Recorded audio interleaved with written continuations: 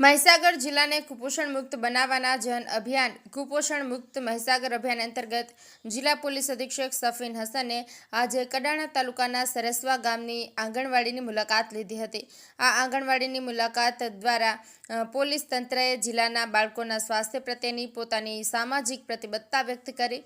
Police અધિક્ષકની આ મુલાકાત અત્યંત ફળદાયી રહી હતી। તેમણે આંગણવાડી કેન્દ્રના ઉપલબ્ધ પોષણયુક્ત આહારની ગુણવત્તા, સ્વચ્છતા અને શિક્ષણની પ્રવૃત્તિઓનું ઝીણવટભર્યું નિરીક્ષણ કર્યું હતું અને કાર્યકરોને જરૂરી માર્ગદર્શન પૂરું પાડ્યું હતું। આ ઉપરાંત સફીન હસને આંગણવાડીના બાળકો સાથે હળવાશથી સંવાદ સાધીને તેમણે પોષણયુક્ત આહારના મહત્વ વિશે સરળ ભાષામાં સમજણ આપી હતી। સૌથી મહત્વનું, તેમણે બાળકોના વાલીઓ અને માતાઓ સાથે વિસ્તૃત ચર્ચા કરી હતી, જેમાં કુપોષણના પડકારો, તેના નિવારણના ઉપાયો અને સરકારી યોજનાઓ જેવી કે ICDS અને પોષણ આહાર યોજનાઓના મહત્તમ ઉપયોગ પર ભાર મૂક્યો હતો।